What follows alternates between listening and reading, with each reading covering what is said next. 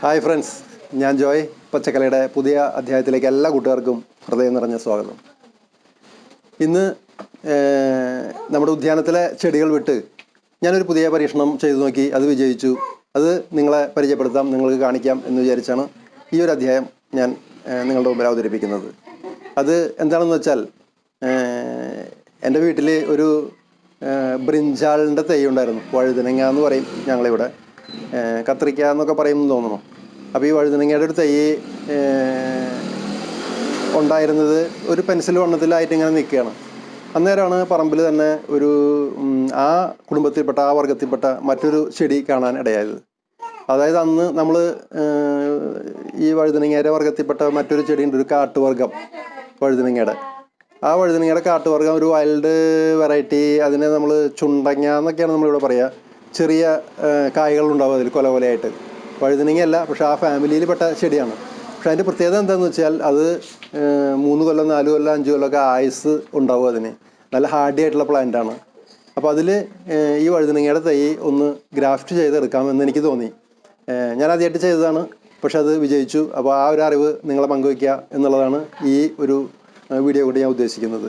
എല്ലാവർക്കും വളരെ ഫലപ്രദമാണത്. കാരണം അത് പിടിച്ച് കിട്ടിക്കഴിഞ്ഞാൽ ഒരുപാട് കാലം, 2 വർഷമൊക്കെ നിന്ന് കായുണ്ടാവും, ഇഷ്ടംപോലെ കായുണ്ടാവും. നമ്മൾ ഗ്രാഫ്റ്റ് ചെയ്ത് വയ്ക്കുന്ന വെറൈറ്റി നല്ല വെറൈറ്റി ആവണമെന്ന് മാത്രമേ ഉള്ളൂ. ഈ ഒരു സൂത്രം നിങ്ങൾ ഇതിന് ശേഷം എല്ലാവരും പരീക്ഷിച്ച് നോക്കുക. വളരെ എല്ലാവർക്കും ഈസി ആയിട്ട് ചെയ്യാവുന്ന ഒരു കാര്യമാണ്. അപ്പോൾ അതാണ് ഞാൻ ഇന്ന് നിങ്ങൾക്ക് കാണിക്കുന്നത്. അപ്പോൾ നമുക്ക് ഈ ഗ്രാഫ്റ്റിംഗ് ആരംഭിക്കാം. നമ്മുടെ മുറ്റത്ത് തന്നെ നിന്നിരുന്ന ഒരു നല്ല വഴുതന ചെടി, അതിൻ്റെ ഒരു പെൻസിൽ വണ്ണമുള്ള ഒരു കമ്പാണ് ഞാനിപ്പോൾ അന്വേഷിച്ചുകൊണ്ടിരിക്കുന്നത്. ഈ ഒരു കമ്പ് നമുക്കതിനായിട്ട് മുറിച്ചെടുക്കുകയാണ് ഞാൻ. ഇത് സാധാരണ ഒരു നീല കളറ് വഴുതനങ്ങ ഉണ്ടാകുന്ന ഒരു ചെടിയാണ്. ഇനി നമുക്ക് ഗ്രാഫ്റ്റ് ചെയ്യേണ്ട തൈയാണ് ഈ കാണുന്നത്. ഇത് ഒരു വൈൽഡ് പ്ലാന്റ് ആണ്. ഫാമിലി ഇത് തന്നെയാണ്, വഴുതനയുടെ ഫാമിലിയിൽ പെട്ടാണ്. പക്ഷെ നമ്മളത് ഉപയോഗിക്കില്ല, ഔഷധത്തിനൊക്കെ ഉപയോഗിക്കുന്നു പറയുന്നു. ചെറിയ മണിമണിയായിട്ട് കൊലകൊലയായിട്ട് കായകളുണ്ടാകുന്ന ഈ ചെടിയിലാണ് നമുക്ക് ഗ്രാഫ്റ്റ് ചെയ്യേണ്ടത്. ഇത് തനിയെ നമ്മുടെ പറമ്പിൽ മുളച്ചു വരുന്നതാണ്. മിക്കവാറും എല്ലാവരുടെയും പറമ്പിൽ ഇത് കാണും. ഇങ്ങനെയുള്ള ഈ ചെടിക്ക് ആയുസ് കൂടുതലുണ്ടെന്ന് ഞാൻ പറഞ്ഞല്ലോ. അതുകൊണ്ടാണ് നമ്മൾ ഈ വഴുതനയുടെ തൈ ഇതിൽ വെച്ച് പിടിപ്പിക്കുന്നത്. അങ്ങനെ ആയാൽ നമുക്ക് ദീർഘകാലം നമുക്കത് കിട്ടും, അതിൻ്റെ ഫലം കിട്ടും.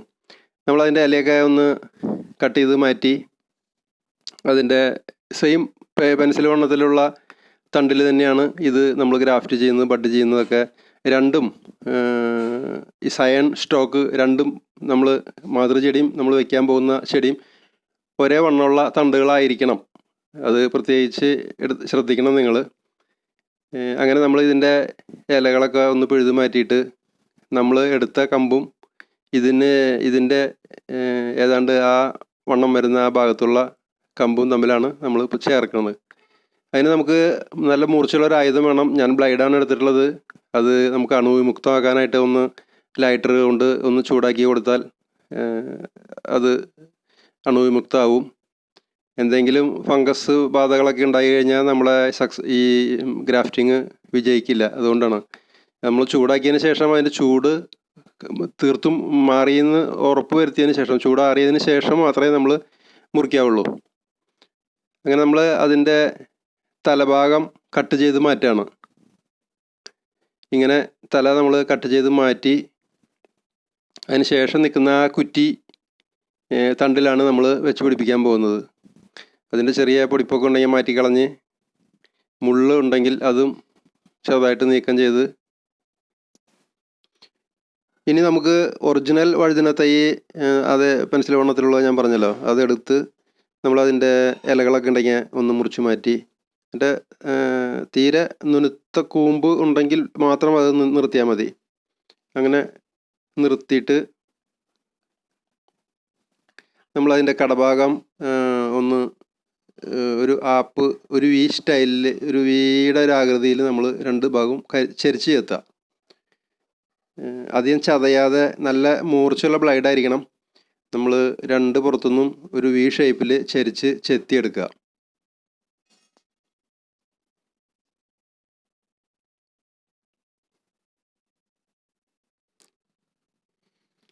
ഇനി നമുക്ക് നമ്മുടെ സ്റ്റോക്ക് നിൽക്കുന്ന ചെടിയുടെ തണ്ടും അതേപോലെ തന്നെ നമ്മൾ ആ ചരിച്ച് വി പോലെ ചെത്തിയ അതേ നീളത്തിൽ ഒന്ന് നടു പിളർന്നു കൊടുക്കണം. അതിൻ്റെ നീളത്തിൽ തന്നെ ആ കമ്പിൻ്റെ നടുവിൽ ഒന്ന് പിളർന്ന് രണ്ടായി പകുത്ത് മാറ്റുക. പകുത്ത് മാറ്റേണ്ട, ഒരു ബ്ലൈഡ് ഇങ്ങനെ ഇറക്കി വിട്ടാൽ മതി. ഇളം തണ്ടാവുമ്പോൾ നമുക്ക് ഈസി ആയിട്ട് ചെയ്യാൻ പറ്റും ഇതൊക്കെ. അതിനിടയ്ക്ക് ആ 2 വിടവിനകത്തേക്ക് നമ്മൾ ഈ പുതിയ വി ഷേപ്പിൽ കട്ട് ചെയ്ത് വെച്ച തണ്ട് അതിലേക്ക് ഇറക്കി നല്ലപോലെ ചേർത്ത് ഇറക്കി നിർത്തുകയാണ് ചെയ്യുന്നത്.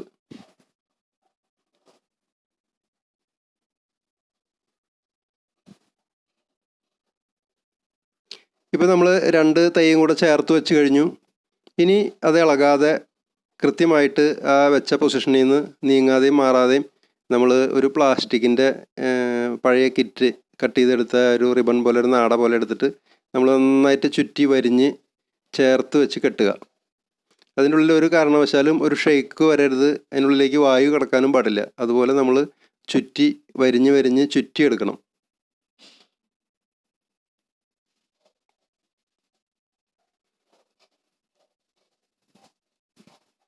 വെള്ളം ഇറങ്ങാതിരിക്കാൻ ആ കട്ടിങ് കഴിഞ്ഞ് കുറച്ചും കൂടി മുകളിലേക്ക് ചുറ്റി എടുക്കാം. 1 ഇഞ്ചോ 2 ഇഞ്ചോ നീളത്തിൽ കുറച്ച് മുകളിലേക്ക് ചുറ്റിയെടുക്കുക.